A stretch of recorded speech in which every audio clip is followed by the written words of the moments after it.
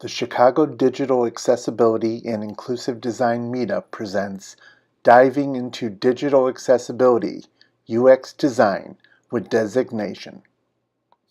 Three designers that were part of accessibility project for the summer camp that some of you might have gone to. This is going to be a brief plug for Designation, just in case you don't know who the heck we are. We are a UX and UI bootcamp. We are out of State Street currently, but we may be moving in the near future as well too. And we are a 24-week bootcamp, sort of immersive design experience where we trained a lot of the people that are sitting here in the audience here. We call them designers. We don't call them students because when they have emerged from our program, they're fully realized designers. We do all sorts of wonderful soft skills and hard skills workshops, and we also expose them to amazing things that they need to succeed in the professional world, including things like taking care of people that need to access websites and digital products that have different needs. So let me just go through my deck here. We'll talk about who we are. Let's see, since about 2014, we've graduated over 500 design professionals. We're proud of this fact that we broke our 500 mark not very long ago. And there's great stuff for us in store. As some of you might know, we actually were hired recently, and we may be moving on to other places. And we're all very excited about that as staff and as graduates. Soon our alumni will get bigger. We've also worked with over 200 clients. The great thing about Designation is that we are client-based. We do not do mock projects anymore. We try not to do those things because we need real-world constraints on the things that we instruct on. So there's, I want to sort of point out Megan over here, Megan Miller. Thank you so much. She's the client creative director, and she has managed a lot of projects, including the team here that work through the accessibility website. And so we actually have clients that we've worked with. We've done over 200 real clients, I think, 209. And that's a lot of them. This slide is supposed to show you how many clients we've worked with. It's a lot. It kind of grades out. I'm sorry. It's really not very accessible. And of course, we work with A11 Shock. So thank you, Dennis. This was part of our partnership. Dennis approached me, or I approached Dennis, I think. Maybe Mike made our introduction a while back. Over a year ago, I don't know. Yeah, we just got lucky. And then Dennis, I had coffee with him many times at 7 o'clock in the morning at Starbucks. Yeah. And we had a chance to sort of think about what A11 Chai needed and what I think Designation needed. And we found this great partnership. And we were able to work together on this project. So with that said, here were our stakeholders. Thank you so much. And through this team went through, there we go, numerous user interviews, presentations. We go through a pretty rigorous process of trying to do the UX research process where we're interviewing people. We do a lot of synthesis. They produce wireframes and prototyping. They test it out. Again, a lot of you are sitting in the audience. They're going through this right now, in fact. But I want to take this time and introduce our team. So thank you for presenting, and let's cue you guys up.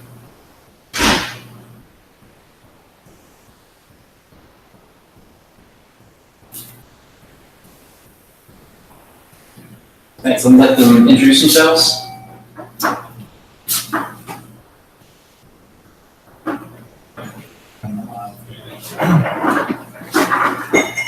It's in the deck. Yeah. It's in the deck. We just want to thank you all again for joining us tonight on diving into digital accessibility UX design. So just give you a brief overview of what to expect tonight. We'll introduce ourselves, of course. We'll go over the project overview, user interviews, the design approach, usability testing, and then of course we'll leave time for Q&A and discussion. So who are we? I'm Nellie. I'm a UX designer in Chicago.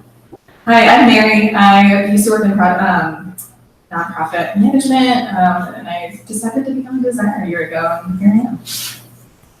Hi, I'm Josh. I have a background in higher education and web development, and decided to get back to design, and that's why I went to designation. Back to you, Mel.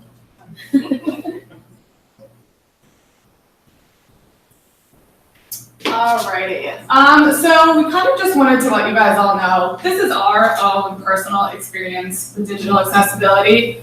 Everyone's journey is going to be different. We definitely do not consider ourselves experts, and we are still learning every day. So the challenge. To get into the background, so again, this was a designation project. We were given a 3-week time frame to create an accessible website for a one-day conference or camp for the A11Y Chai Meetup Group in Chicago. As a team, we decided to narrow the scope and really focus on and test with those who are visually impaired and blind users. So before we began this process, we had some assumptions and we wanted to check our assumptions. So some things that we assumed were user interviews will be mostly about understanding the problems they have with websites, digital interfaces, and not so different than what we've done before. Usability testing with visually impaired subjects will be complex. Accessibility is a low priority for most companies. Accessibility standards limit design, innovation, and possibilities. It will be difficult to find users to test with that identify as blind or visually impaired. Digital accessibility is largely the responsibility of the developers. So research. So where to begin? So we really wanted to understand all different types of disabilities. Although we kind of narrowed down our scope to validate with screen reader users, we really wanted to take time to design with all disabilities in mind. And as a part of this research, we really wanted to also understand the language and how people choose to identify themselves and the culture. Another part of our research was digging into WCAG, which is on the technical guidelines and best practices for accessibility. I encourage you to dig in this yourself if you have not already. Another huge part, inclusive design. So what is inclusive design? It is a design methodology that enables and draws on the full range of human diversity. So as part of understanding about how we can design for accessibility, it was crucial for us to understand inclusive design. If we're only designing with our own capabilities in mind, we're leaving out a huge group. When you practice and implement inclusive design, it leads to more experiences and usability for more types of users. And a great quote that we found, when we design for disability first, you often stumble upon solutions that are better than those when we design for the norm. So this is just kind of skims the surface of inclusive design. And then lastly, of course, we really dug into screen readers. So what is a screen reader? It's a type of assistive technology for people who are blind or visually impaired. Screen reader users use computer operating system code to verbally provide information about text, imagery, and using keyboard commands and shortcuts. So there are many types of different screen readers. To name a few, we have VoiceOver, so that will come on your Mac, so that is compatible with Safari. JAWS, which is compatible with Internet Explorer. NVDA, which is compatible with Firefox. So for those of you who have never heard what a screen reader sounds like, this is not going to do it justice, but this is a short clip of kind of what you would hear when using a screen reader. Compatible with JAWS. So I'm going to type in Internet Explorer, leading menus, Came up already. Internet Explorer, new tab page, http://www.google.com/Windows Internet Explorer, Google, search region, search edit, insert F1 help, type in text. Now that we had dug into the domain of accessibility and really looked into what we were dealing with, which I think was bigger than all of us anticipated, we had to hear it from actual people who were experiencing this in their everyday life. So we interviewed 14 people, 4 people who identified as being blind or having low vision, 2 people who were deaf, 1 person who identified as having a cognitive disability, and 7 people who were sighted, and more so on the able-bodied spectrum. 7 people who identified as having disability, but the 7 people who didn't were all part of the accessibility community in some way, shape, or form, mostly surrounding the work that they do, whether they were an accessibility analyst or just a part-time intern at some company on an accessibility project. They really found it accessibility to be a really big part of their life. So as we were going through the process of interviewing so many people, we realized that we were going to have to take a step back and develop a certain type of language and vocabulary while dealing with people who were different than us. We really had to take on this idea that we didn't know what we didn't know, and we had to be students of the people that we were interviewing. So our interview strategy was to start off by disclaiming that somewhat like what Nellie said at the beginning of this presentation, that we have no idea what we're doing, and we need you to help us. Please, if there's anything that we say that is offensive or just is plain wrong, please tell us, and we want to accommodate you. And that really started the conversation on language and identity with the people that we interviewed. When in doubt, we used person first language as much as we possibly could. We also asked how people identified if there wasn't a clear identification, and that was just a part of our script that we just asked that person. So our mindset really was that we are going to mess up our words, but we have to be open to that correction and then have patience with ourselves as we learn how to implement that correction. So the first person that we talked to was a woman who was blind. Her preference of screen reader usage was NVDA and Firefox. She really walked us through what a day in the life plan that she kind of does for herself every day. She has to remember to go to this specific store for this specific thing and exactly where this is. She has to know where it is. She has to ask a lot of questions of a lot of different people. And she really opened our eyes to how much you really have to plan as a person who's blind. And that was super eye-opening for us. Her big advice to us as UX designers was to expand our network when we were researching. It wasn't just good enough to test with people who it was easy to have a conversation with, but it was important to bring different voices to the table who may or may not be affected by the products that we're making. Screen reader users especially deserve a seat at the product table. And a quote that she said that really struck us was that the sky is the limit if you can figure out a way to get to the sky. So having people who are at the table that are different than us will bring new and exciting ways of doing the same thing that we thought we kind of knew already how to do to our attention. If we can figure out how to get to the unlimited possibilities that the sky holds, we'll be millionaires, right? So something that she talked to us about was this idea of mind mapping. And I'm sure you guys might have heard of this in some sort of poetry class. I'm just going to quickly explain what it is. Mind mapping is a diagram for representing tasks, words, concepts, or items linked to and arranged around a central concept or subject using a nonlinear graphical layout that allows the user to build an intuitive framework around a central concept. It's a whole lot of words to talk about how this woman, she actually spatially maps out every website that she gets to in her brain. She talked us through how she actually mapped that out, and she said that either it would go vertically or horizontally, it depended on the day, really. She liked to kind of make it up as she went, but it would always kind of center around the navigational patterns that she knew to be true from most websites. The next person that we talked to was a man who was blind. He uses primarily IE and Internet Explorer and JAWS, especially within his work as an accessibility analyst.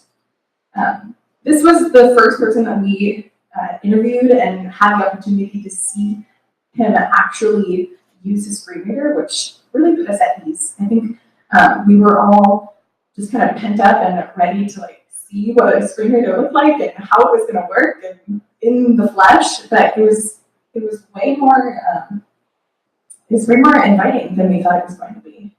The way that he talked about himself was also really, really inviting as well. We learned through talking with him about his identity and his story that we really just needed to take a step back and not take ourselves so seriously. I think as designers, we can oftentimes look at products that we're making and say, oh my goodness, we're making something. This is so great, but are we going to get it right? Are we going to do it to the best of our ability? And sometimes we won't, but we need to aim for that and make sure that we check our self-looking and the way that we're looking at ourselves as we're going through the process. It was a super eye-opening and calming experience meeting with him. And something that he said that really we took home was we are people first that just happen to have a disability. The next person that we talked to was a woman with a cognitive disability. She told us that as she is a developer, as she goes through her development process, she looks for ways that she can make her code as accessible as possible, not only for people like her, but also for screen reader users.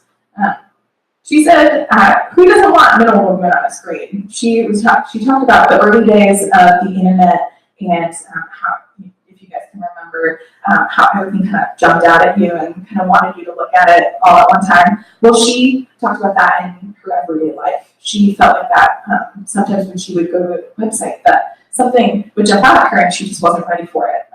And that kind of disoriented her. It wasn't great for her experience. So for us as user experience designers, she gave us a little tidbit. For UX, just try to focus on clarity. Communicate information through multiple channels. Not only clarity of information, but clarity of navigation and different screen reader styles. Talking with her made us really dive into this idea of an invisible disability. An invisible disability is a physical, mental, or neurological condition that limits a person's movements, senses, or activities that's invisible to the onlooker. So just a few examples of those are ADHD, anxiety, depression, allergies, autism, fibromyalgia, rheumatoid arthritis, Lyme disease, and the list goes on. These types of disabilities do inhibit and limit a person's everyday life. They do not necessarily define them unless someone wants to identify as that. But they are conditions that limit people's abilities to do something or not do something. Next, we talked to a deaf woman. She was a product designer, so she knew a thing or two about visual design and UX. So it was really fun to talk with her about how she sees disability. What works for one group of people might not work for another group of people was something that she really showed to us. Because she, as a deaf woman, was a little bit more visually oriented than someone who is blind. She uses her eyes and uses the way that she can spatially view things to get from point A to point B. And that really affects the way that she uses digital products as well. It really helped to round out the perspectives of what having a disability looks like, especially within the realm of being an actual product designer. She gave us this really interesting tidbit, somewhat of a nickname that she calls people who are able-bodied, and it's called being temporarily able-bodied, or a TAB.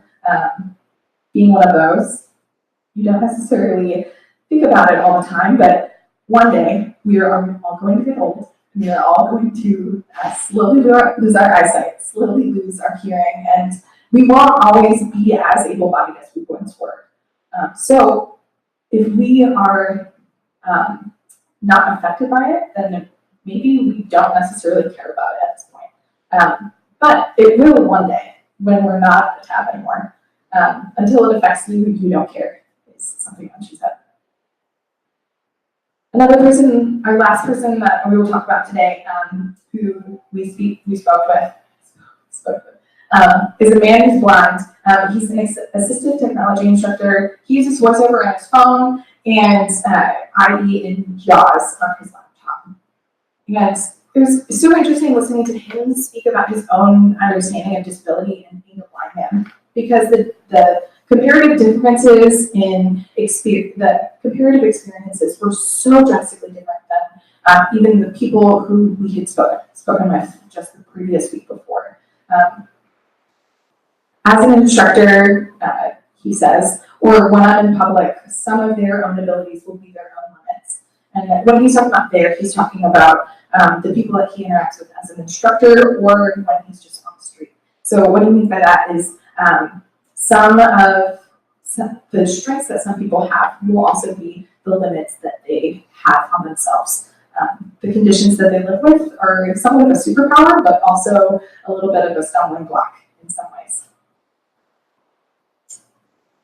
And all of that to say, something that we heard over and over and over again in every single interview, test that we had with anyone within the realm of disability, accessibility, was that no one size fits all. There's no magical plugin that you can put into your Chrome browser. There's no magical Sketch plugin that you can put in and make sure that everything that you're creating is WCAG compliant. There are certain ones that you can look for, but they don't necessarily hit the mark for every single person. So when you're thinking through who you're designing for, you really have to think through, okay, who is the target market and who are we actually going to make this accessible for and considering during our design process. So for us, there are a few reasons why interviewing people and actually going into the field were so important.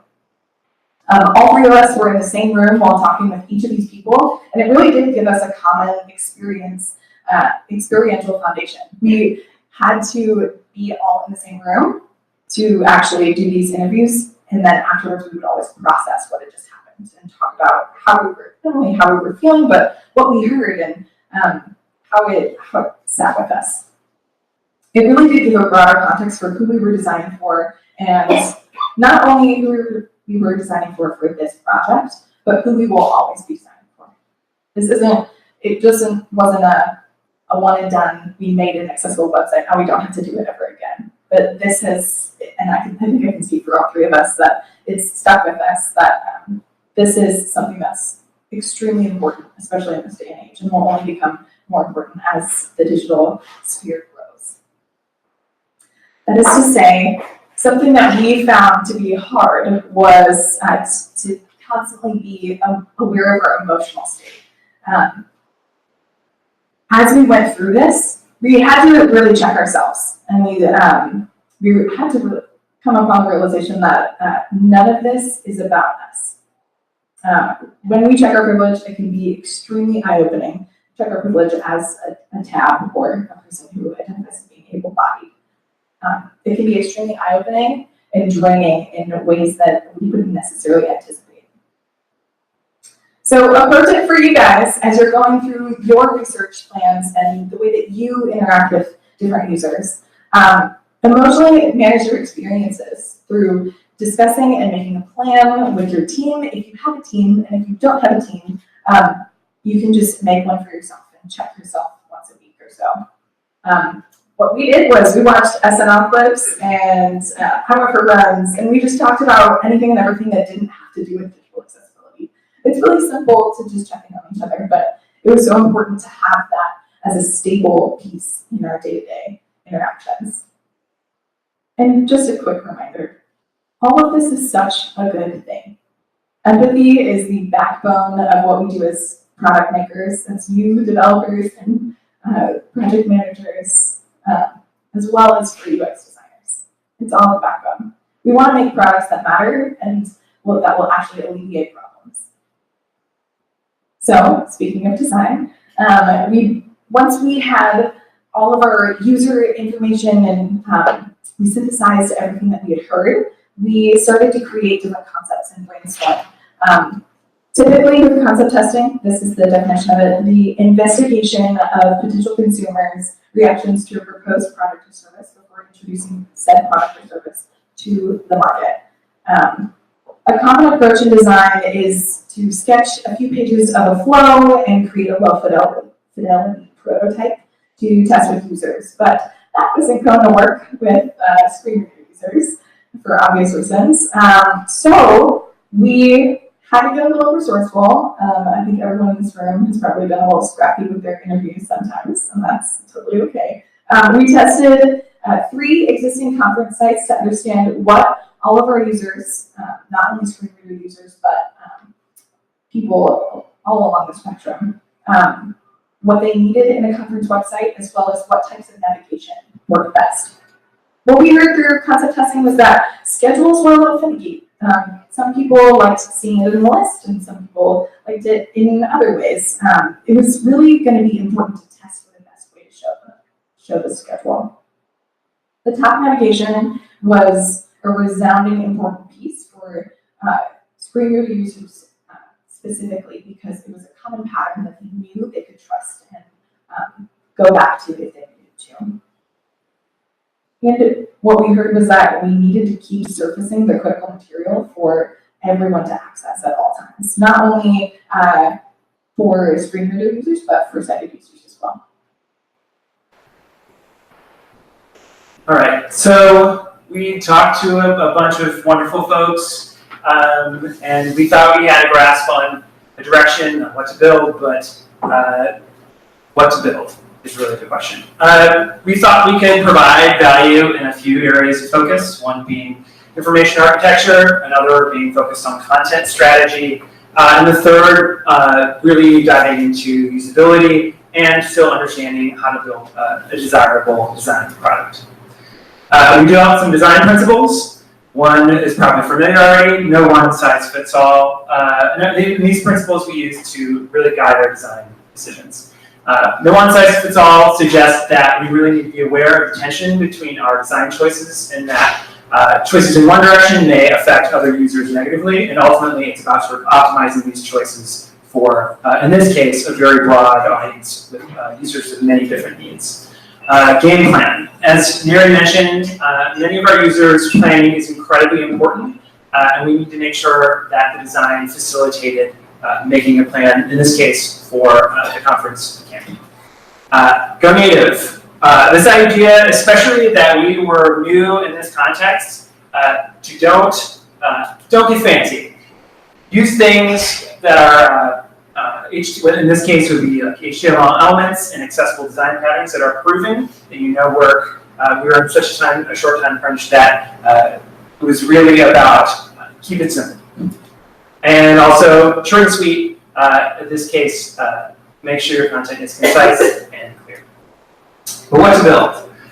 It was a requirement that our design be tested by screen reader users. And unfortunately, a lot of the common prototyping tools are not compatible with screen readers. On the screen here, it's Vision and Adobe XD, which are both sort of image-based prototyping tools, and Axure, Framer, and Proto.io, which do generate HTML, but that HTML is generated in such a way that a screen reader really doesn't know what to make of it. And so we decided to go forth and build a coded prototype. Here is a look at the GitHub and just kind of a zoomed out snapshot of some of the code on the home, HTML on the home page, and then another zoomed out view of the home page itself. We used a Bootstrap theme that was developed specifically to be WCAG 2.0 AA compliant, and also did accelerator design. We had about a day and a half to build the site.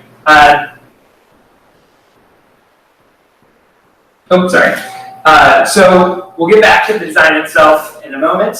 First, we'll kind of talk through usability testing and then work through the design to give a sense of some of the choices we made. In terms of usability testing, we had some objectives. Many of them are somewhat straightforward. Understand how usable the design is. Also, because we actually didn't put this product or the design through concept testing like we may have normally, it was really important to make sure that what we built is something the users want.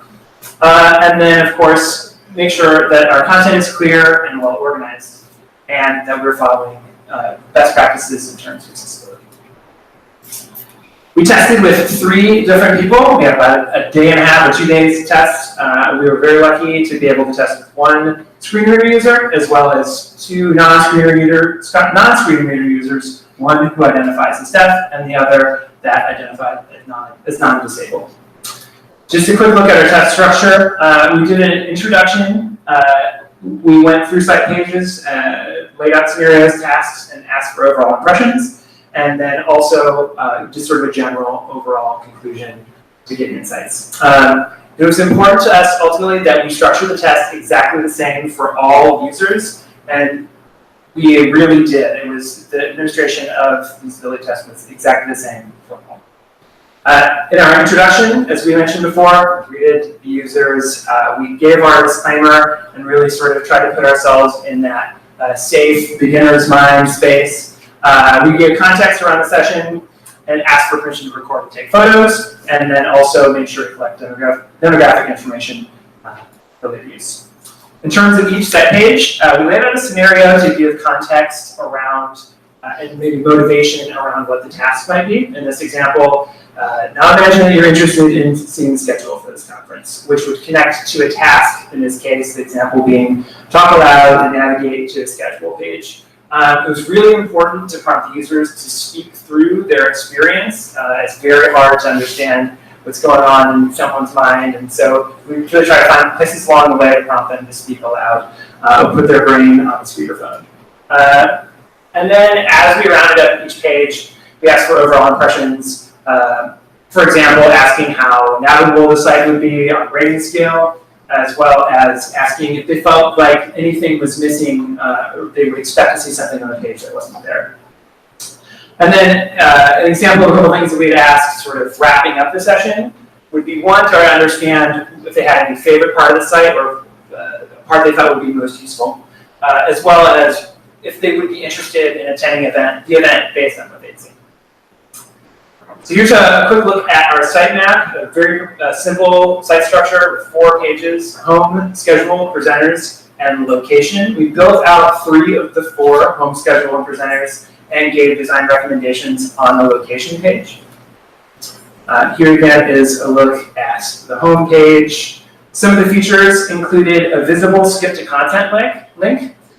This is important for non-mouse users, especially, and which means screen reader users and those who maybe just don't have the dexterity or motor control to use a mouse.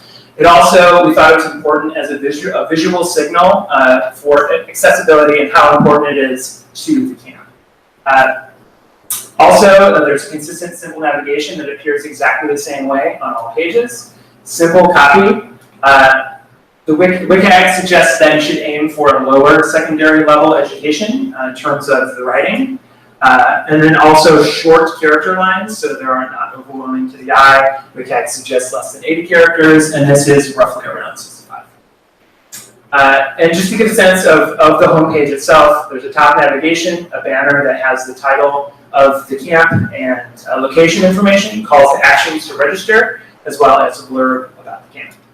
Moving down into the middle of the page, there's a section with highlighted presenters, as well as a Get Involved section that has CTAs to either become a volunteer or become a sponsor. We aimed to exceed AA compliance here, and which would be 4.5 to 1 contrast ratio. For AAA compliance, it's 7 to 1. And actually, the vast majority of our site is AAA compliant, with one notable failure exception. This area here, white text on gray, the projection really highlights how not great it is. We realized later that actually this is below 4.5 to 1, it's like somewhere around 3. It was something that definitely, as I took the design into production, was fixed forward. Another thing we, as a feature, wanted to make sure that our CTAs were clear and any links had descriptive text, so nothing that says click here. So a screen reader user especially would understand the context of where the link will take them. And finally, we thought it would be important to mention some of the things that we avoided doing. In a grayscale wireframe, I guess it goes without saying that we didn't use color to convey anything, but it's important enough to mention that as a best practice, you should not convey meaning with color, given some users may not be able to perceive the color differences. We made sure that no information was discoverable via hover, meaning that non-mouse users could could perceive all information.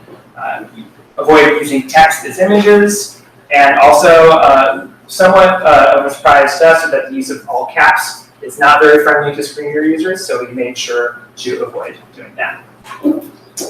Quick note on HTML structure and ARIA. This could absolutely, and was in fact, its own talk at the accessibility camp. I will do my best to give it justice and not screw it up. But ARIA is accessible, stands for Accessible Rich Internet Applications, which is, I will read this, a set of roles, states, and properties that enhance HTML for the purpose of accessibility. And that would be specifically for screen reader users. One concept within ARIA would be landmark regions, which are effectively a way to communicate visual structural information to the screen reader.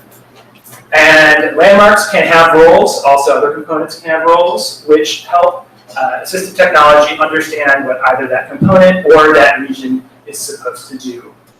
A concept that stuck out both in the talk that we saw at the camp, but then also in our research, is that no ARIA is better than bad ARIA. And if you're a front-end developer sort of wading into this area, or a designer doing some coding, if you're not careful, you can do more damage than good, meaning that you could call a chicken a duck, and you can basically label anything which may not actually match what it is to someone perceiving the site visually. So our strategy here was, again, to keep it simple. This is just an abstraction of an HTML structure that that resembles what we went with. Basically, we try to keep it clean and simple structures, not a lot of nesting, and we wanted to make sure to leverage native HTML section elements that actually have roles built in. So you don't have to give them roles, they're already there. So things like header, main, footer, these are all sort of sectioning elements that the screen reader knows what they're supposed to do, you just have to use them correctly. And then we did not, keeping with the theme of keeping it simple, we avoided designing in any custom components or hacking native components to do things that they weren't necessarily meant to do. Just a quick look at our 3 screens. And we just want to quickly go over some of our takeaways. We found the users, both sighted and screen reader users, found difficulty finding the secondary nav, which was tucked up to the right. Users wanted to know the actual specific address on the homepage, and this was something that I know was implemented in the final design, as actually was making the secondary nav more easily accessible. Somewhat to our surprise, the screen reader user we were able to test with preferred the table schedule to something that was in a list format. The caveat here is that this is about as small as a sample can get, a sample of 1. It was something we were interested in learning about, and we did an A/B test between the two, but certainly something we would suggest more testing around to try to understand. And some more broad overall takeaways. Based on information that they've seen, our users said they'd like to attend the conference, and the sold-out status would suggest that our research was not too far off base there. And also that the users found the site navigable and understandable. We had a great quote from our screen reader user, which warmed our hearts over a breakneck few weeks. It's simple, it's easy to figure out. The navigation of the page has been very consistent. So just as a quick recap, I want to revisit some of our assumptions. We thought that user interviews would maybe be mostly about this interaction nature of the design, and actually we found not to be true. That so much of our effort and what we learned was really about understanding context, about how people learn, and really just building empathy. And it was a tremendously foundational experience, both personally and professionally. We thought maybe usability testing would be complex. It was, but maybe not in the ways that we thought. The test itself was administered in the way that we had been trained to do, but all the context surrounding it, from learning how to guide a blind person to making sure you're ready to help along the way was in fact complex and a great learning lesson. Thought accessibility would maybe be a low priority for most companies, and really what we heard from a lot of people echoed that, and that the unfortunate state is that a lot of companies don't make it a priority until they're being sued or there's a law passed. And it takes really a lot of individual efforts to prioritize people. We thought maybe that accessibility would inhibit design innovation, but we really think it doesn't. Perhaps it requires some more effort to get there, but really the only limit is your imagination and your creativity. We thought it might be difficult to find users that identify as blind and visually impaired, and it was, and without the help of the meetup, the A11 line designation, we would have absolutely been out to sea on this, and it really highlights how important meetups like this are and other groups around the city where people can come together and connect. And finally, we maybe found the visual accessibility going into the project was largely the responsibility of developers, but really that is clearly untrue. That is completely a shared responsibility between designers. And I think there's a learning here is there's a real importance for designers to understand the environment that developers are working in so they can create a common language and a common understanding. So some of our big takeaways. We talked about no one size fits all. A lot of design choices are at tension, and it's really thinking about how to optimize your designs is incredibly important. Expand your point of view and your network. So important to meet people who are living this every day, to build empathy, to really make it important for you in how you design. Make the effort. This is maybe the most important thing. If you're nervous or uncomfortable, really just try. Trying is absolutely the most important thing, and don't be too hard on yourself if you say something dumb, which we did so many times. And finally, check out the accessibility movement really relies on people who take it upon themselves to prioritize design within their companies and within their projects. So really, thank you so much for coming here and listening to us. We have a few pages of resources that we'll share out. Resources, articles, videos, tools and extensions, and also links to HTML and ARIA. We will share this out later through Dennis. And thank you so much again for your time and attention. And have a good day. Well, first,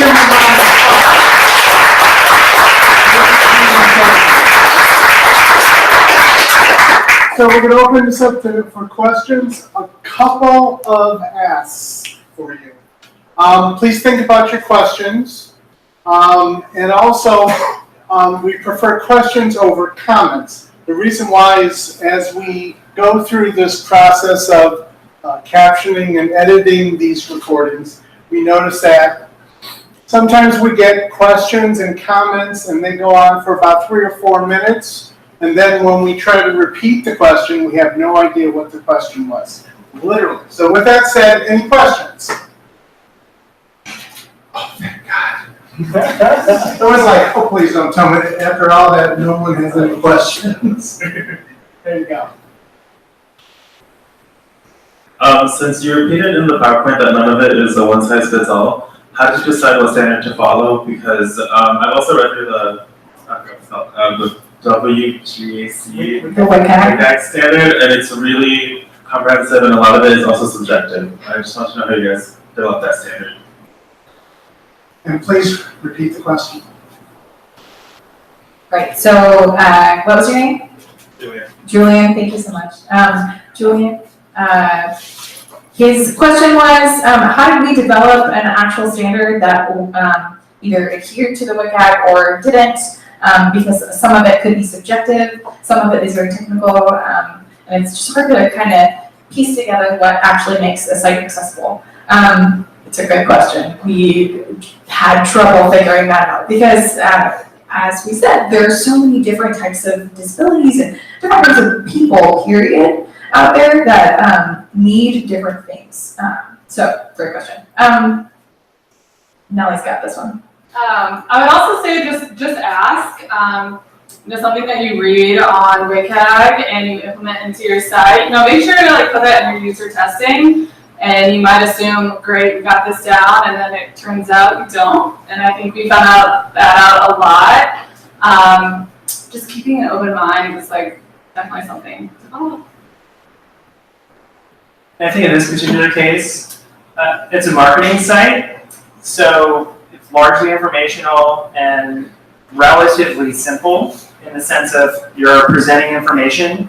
And also in our case, the wrinkle in our case would be that we had to make sure that what we built worked for users on, if you think about from those who use screen readers to those who are maybe hearing impaired.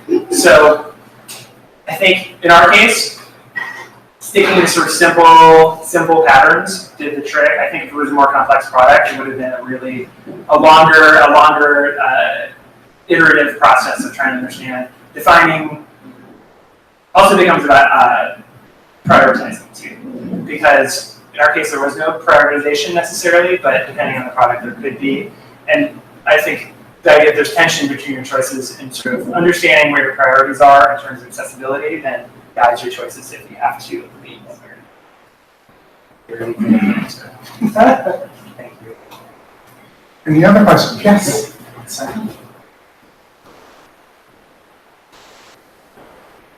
Hi, you had a navigational menu on your site, and you had links also, for example, on your homepage.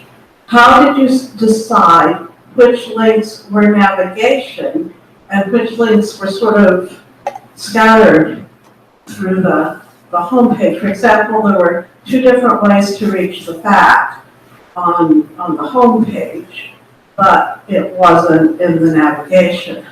Did you think about those choices and how did you make them? Sure. So in terms of that top navigation, there's a primary and secondary navigation that did have ARIA roles. We did find through our test though that the secondary navigation was not easily found, especially for our screen readers. So it would have been, we did not have time to iterate, but that would have been something to I have a web design and some web development background, but I'm not a front-end developer. So I think it probably would have taken some expertise to really make sure, or at least iterating and testing to make sure that was all findable in the context of it was a split navigation is the strategy we went for. And then the footer itself was encapsulated in a footer tag in its own section. Does that answer your question? Sort of. So something else to touch on that we didn't present was we did look at a lot of other accessibility camps out there and kind of looked at the common patterns that are just in a typical conference website. That's something, we might have left out a little, but what do people expect when they get to a conference site? Putting that information on that front page and kind of where to put in the navigation was something else we definitely really considered and thought through. The question was, tell me if I'm wrong, okay, please. As we were designing the website, there were 2 different nav structures. How did we design that, and why did we choose 2 different nav structures? And how did we design the specific links that would go to either off-site or within the site? Is that a good submission? That's reasonable, yeah. Thank you. Thank you.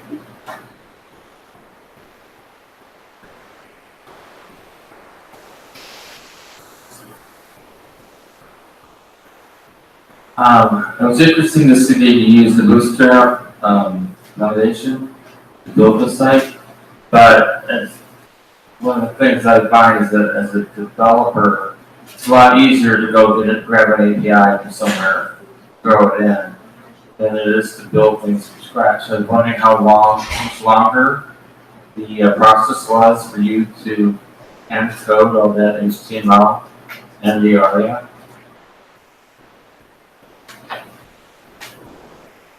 So the question was around the Bootstrap theme we used and sort of thinking about the choice of going the hand-coded route versus using an API and how much time it took. Yeah. So ultimately, given the constraints we were at, that the choice of using a Bootstrap theme was hopefully a time saver. In retrospect, not clear it was or wasn't, but it came, it also, we were relying on it to give some suggestions. Being personally very new in ARIA, it had some embedded features that I sort of took on good faith that they were using good practice. I think, honestly, a sit down with a developer who has accessibility expertise would have been ideal, but we had about a day and a half, so we kind of just went for it. Ultimately, there was definitely a lot of fingers crossed as it was being tested with our screen reader user. I think it feels like it was the right choice in retrospect, but I'm sure there were many other better paths or other alternate paths. Ultimately, I think, I don't know. I guess I'll leave it there. I think we had about a day and a half, and it seemed to work okay for our purposes at any rate. Actually, I should follow up with the camp who built the production site and try to understand sort of how far things moved from that initial design to what went into production. I'd be interested to know. Thank you. Yes. Told you 1,000 steps tonight. I wanted to know what were the best resources you found if you started making patterns accessible as non-experts. So the question was what resources we found for best practices. There's a ton of resources out there. We do have some on the screen. I can't actually think of some right off the top of my head, but a word of advice is really, make sure you check where these resources are coming from. Especially if you're drawing out statistics or really much anything. We came across some websites that weren't necessarily very accurate when it came to accessibility.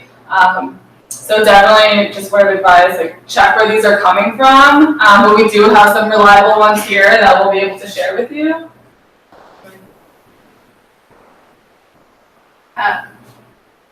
When thinking through those things, a lot of the bigger companies in design do have specific design guidelines that are somewhat accessible and sometimes not. They mess up too. A few of the articles that we have up there, as well as I think we had go back one. I think. With Microsoft. Yeah. Yeah, like if you look on the WCAG site, there are WCAG blogs and different things that are published by WCAG, the W3C, and if you look at Microsoft's Inclusive Design Network, as well as Google has a couple of talk series that we linked videos from their talk series in his presentation. And yeah, so just like the bigger companies are doing a lot of this work for us. And if we can kind of look at what they're doing, as well as do our own research, I think that helped us at least get started. If that helped you, let's answer that question. And are you interested in general resources or something that's more specific? I was more thinking to make the pattern accessible rather than. So in here, there are so the WCAG, if you've looked at it, I would imagine you have, is a lot and kind of impenetrable in some ways. For us, especially given the sort of condensed timeline, what was useful is some people a lot of Medium articles that would sort of take WCAG and then apply examples to them and break it down and make it a little more accessible. Some of them that we've linked to have specific patterns called out. That was useful for us, certainly, sort of things that draw out examples. And we had 3 weeks, so sort of there was a lot of sort of go, but that personally was useful. Okay, final question. I just have a question. Was there any site that you visited within your research that gave you the most information, or should I say it was mostly the most accessible that you felt replicated for your project? So the question was there a site that you got the most information from to help sort of I'm talking about an event site. Like, in Chicago we have many events that are dedicated to healthcare specifically. I want to Sure. address that. So within the healthcare, did you find any site that was the best accessible that you could use to replicate for your event?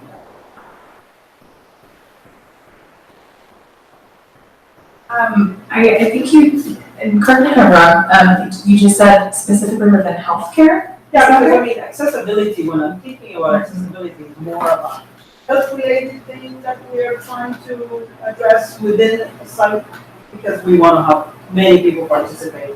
So healthcare is a place where many people participate. Yes, healthcare, okay, and just to kind of sum up what you just said, healthcare is a space where most people who do need accessibility, accommodations, just another extra leg up in the accessible front, they are most likely to go to a healthcare site, right?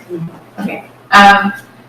I don't know if I can speak to the healthcare sites. We didn't really look at any of those. We looked at event sites specifically, especially Eventbrite, as well as other conference websites that had content that was somewhat like the content that we thought would be on the A11Y Tribes Camp site, but we didn't look at anything with healthcare. But the ones that we did find that were probably the most useful to us were the ones that we concept tested with, and we have those in the deck for you to look at.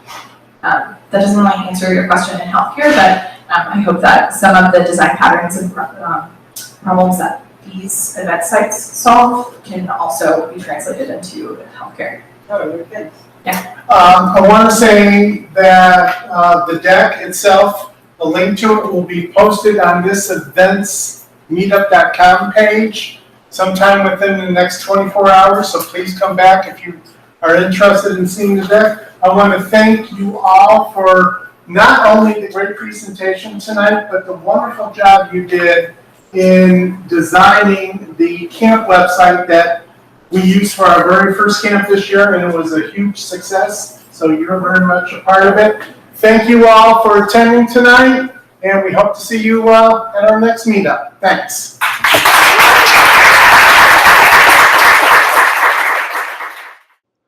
Thanks to our presenters, Nellie Dankmeyer, Mary Herr, and Josh Miller.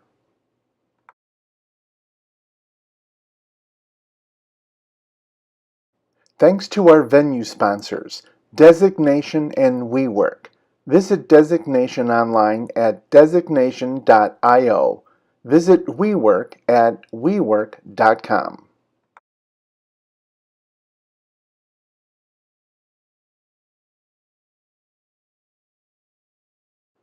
Captions were provided by Alternative Communication Services.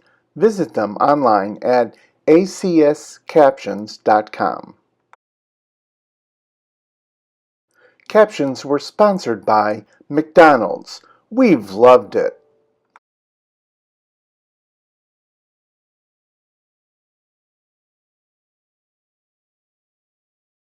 This has been a production of the Chicago Digital Accessibility and Inclusive Design Meetup. Visit us online at meetup.com/A11YCHI. Follow us on Twitter at twitter.com/A11YCHI. Follow us on Facebook at facebook.com/A11YCHI. Subscribe to and view recordings of past meetups on our YouTube channel at youtube.com/C/Chicago Digital Accessibility Inclusive Design.